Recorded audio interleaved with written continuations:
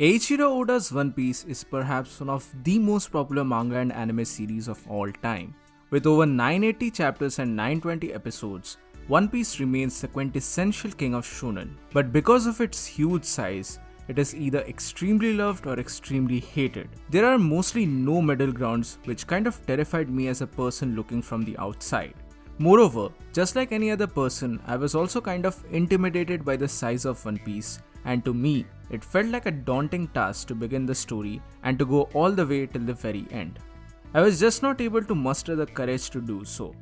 But then came Totally Not Mark with his 100% blind One Piece review. And as a fan of his channel, I thought, okay, let's give this a try. Maybe I'll like One Piece and then I can check out the series because I have ample time at hand. That happened about 3.5 weeks ago, and today I'm almost done with Punk Hazard arc. So hey guys, my name is Soham and welcome back to Wonder by Z.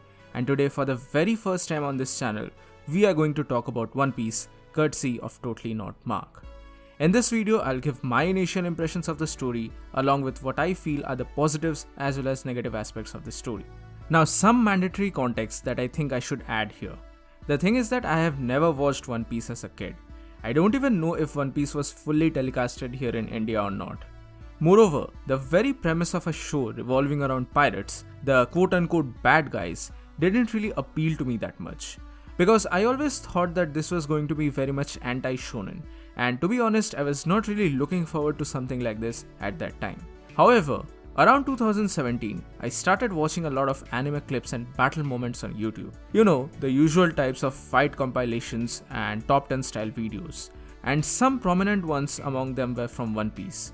Especially Gear 4th Luffy vs Doflamingo, Gear 2nd Jet Gatling against Rob Lucci, Enel vs Luffy, etc. All of them seemed really cool to me, but ultimately I couldn't care less for them since I had no emotional attachment to them whatsoever, as I had not seen the build up to these fights and watched them as a standalone stuff, which obviously didn't do any justice to these scenes. But now that I started watching the series from the very beginning, I can say how amazing these fights were because of the emotional build-up and everything surrounding its narrative. This gives fights like Gear 2nd Luffy vs Rob Lucci so much better light and importance now that I've seen where the motivation to move forward comes from and how all of this happened in the grand scheme of Enies Lobby and Robin's tearful rescue. But now, let's start from the very beginning. After watching the part 1 video of Totally Not Mark, my interest in One Piece started to begin. So I decided to begin One Piece from the very first episode.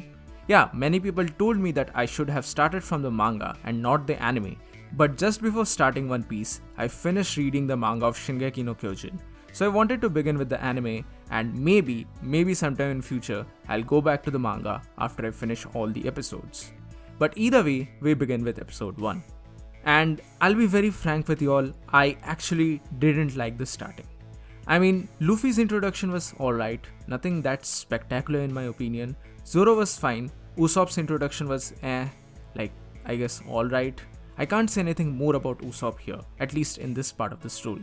Next, Sanji's introduction was good, it was really good in my opinion, but the rest kind of felt flat to me.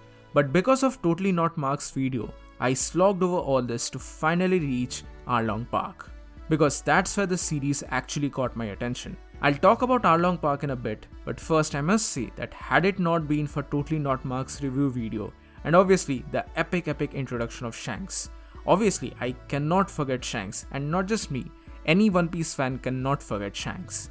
But without these two things, I would have definitely left the series. Because until Arlong Park, the series was not able to grasp my attention, but then came Arlong Park. And honestly, this changed everything for me. Up until this point, I had not really given much thought to the character of Nami, and I always thought that she was just another female character necessary for any typical shonen anime, but boy was I wrong. Her story, her backstory and everything surrounding the village, and her adoptive mother Bellemere really struck a chord with me, and then the further realization of how much Nami has suffered since she was a kid, all in the hopes of one day trying to liberate her village with a smile. The chances of all this happening were very slim, but after 8 long years, she finally managed to get the necessary amount to free her village.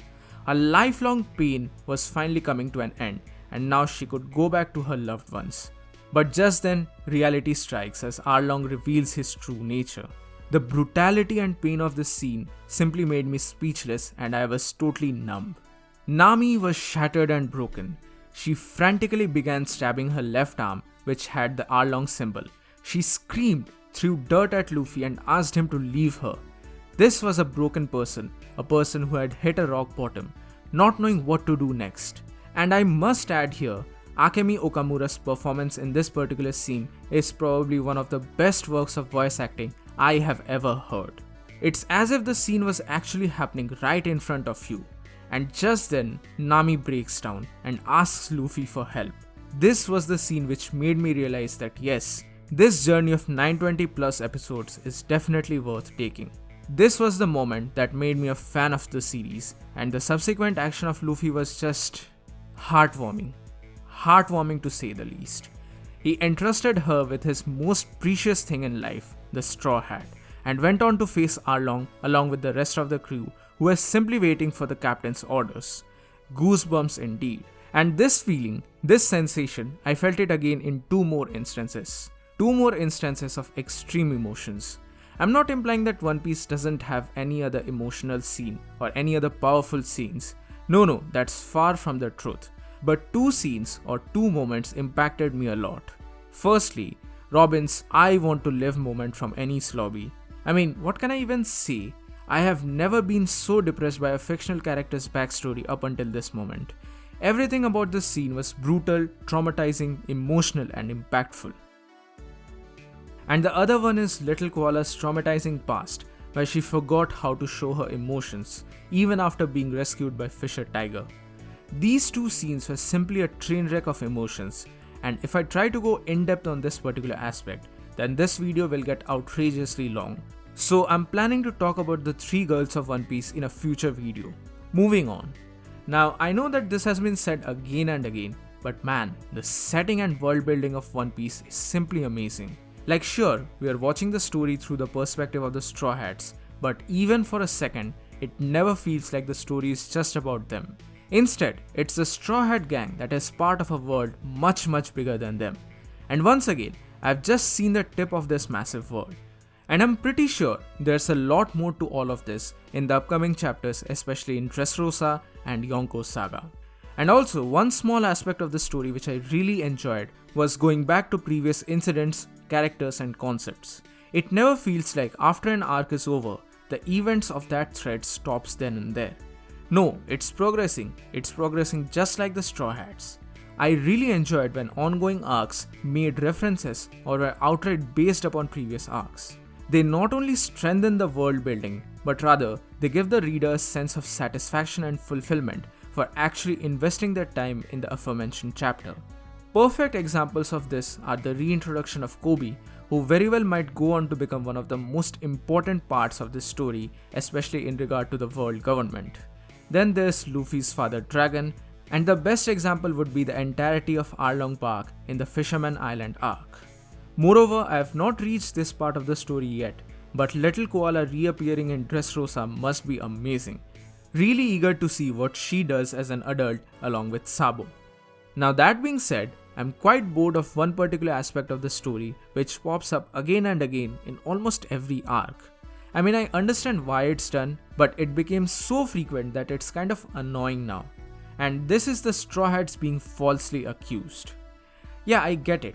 They are technically the bad guys in this world because they are the pirates, but that doesn't mean that in every freaking arc they have to be falsely accused.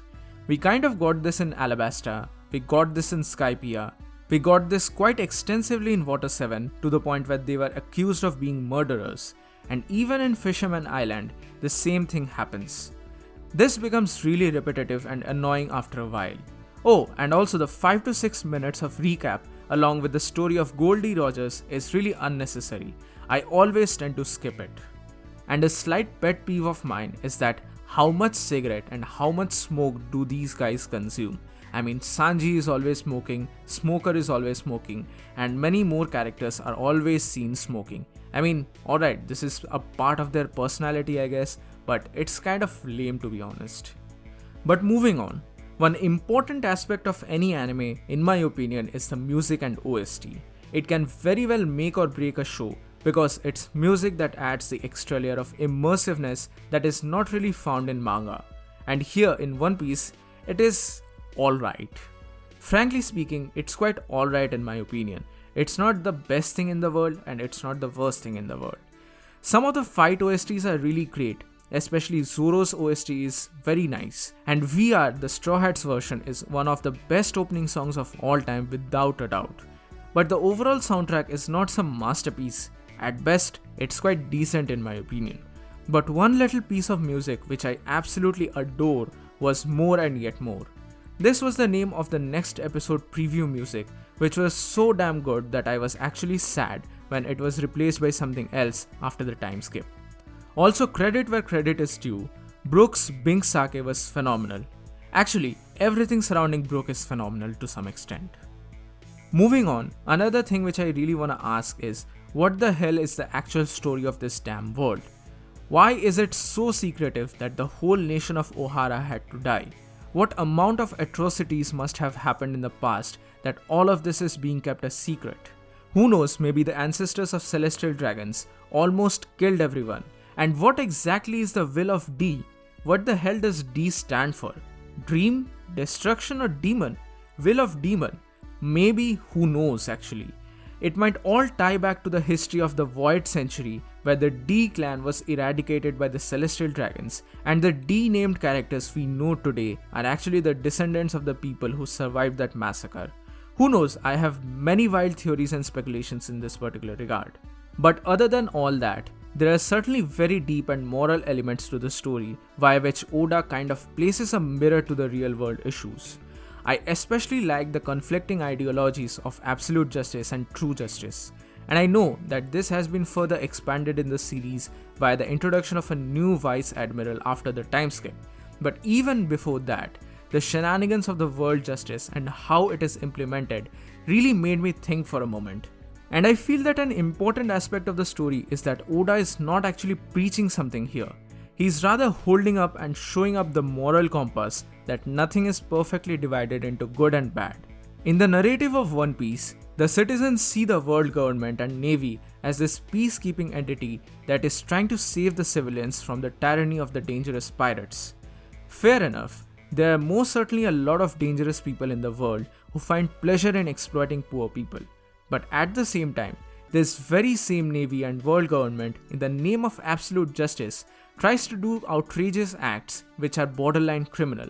If you don't align 100% to their ideological thought process, then you are automatically a villain that needs to be eliminated at any cost whatsoever. That's not how justice should actually work. And that's why I'm very happy to see the different approach taken by the characters of Kobe, and it would be really fun to see if he can actually bring about true justice in the military.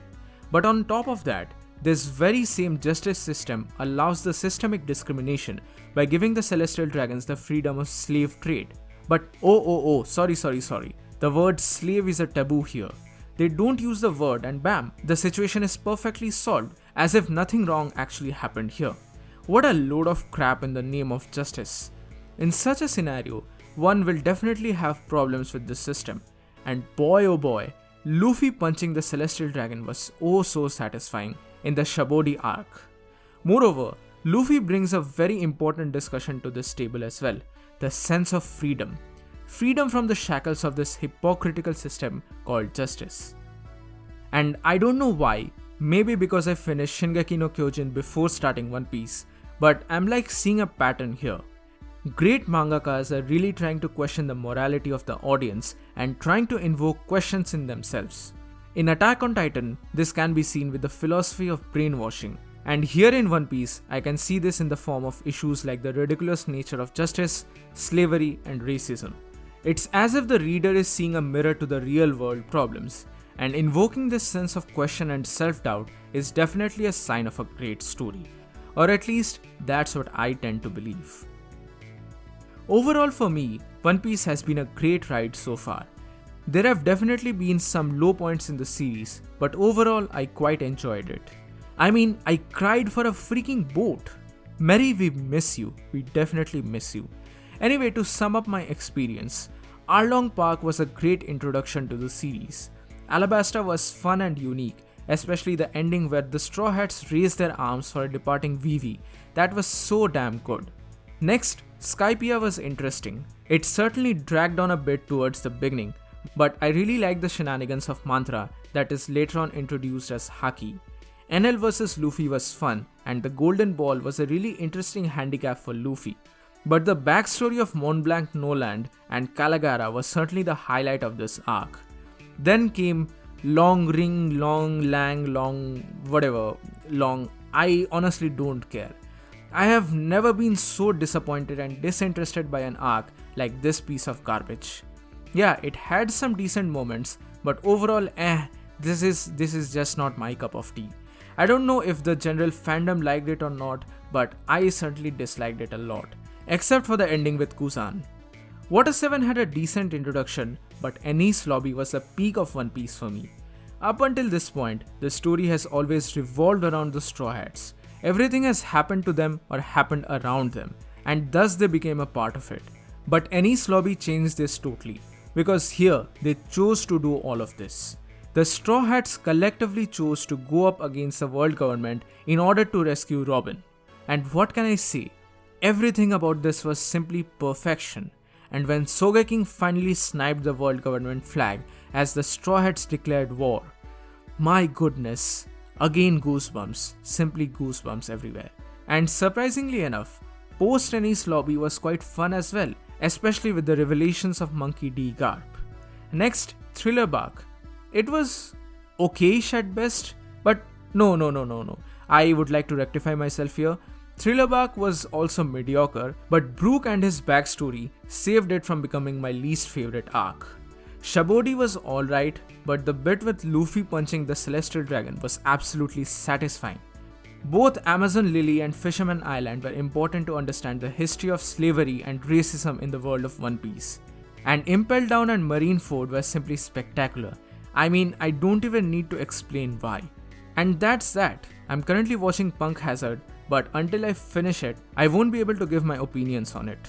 And I'm eagerly looking forward to the eventual fight that will take place between Luffy and Doflamingo at the end of this saga. And that's not all. I have not even touched important concepts, characters and moments of the story like Haki, Ace, Whitebeard, Blackbeard, Boa Hancock, Frankie, Garp, Laboon, and the Pirate King Goldie Rogers himself, and many more. Moreover, I have not even talked about the peculiar and interesting character designs of the villains. And on the topic of villains, some of them have really obnoxious and annoying laughter which gets on your nerve very quickly. But the thing is that talking about all of this would make this particular video incredibly long. If you guys are interested in more One Piece content, then I'll definitely make more. I'm already working on the 3 Girls of One Piece video, so be sure to subscribe to the channel and hit the bell icon to get notified as soon as I upload that video. So anyway, that's it for today guys. Thank you so much for watching this video. Give this video a thumbs up, mention your thoughts in the comment section below and share it with your friends. This is WonderYZ and I'll see you soon in the next video.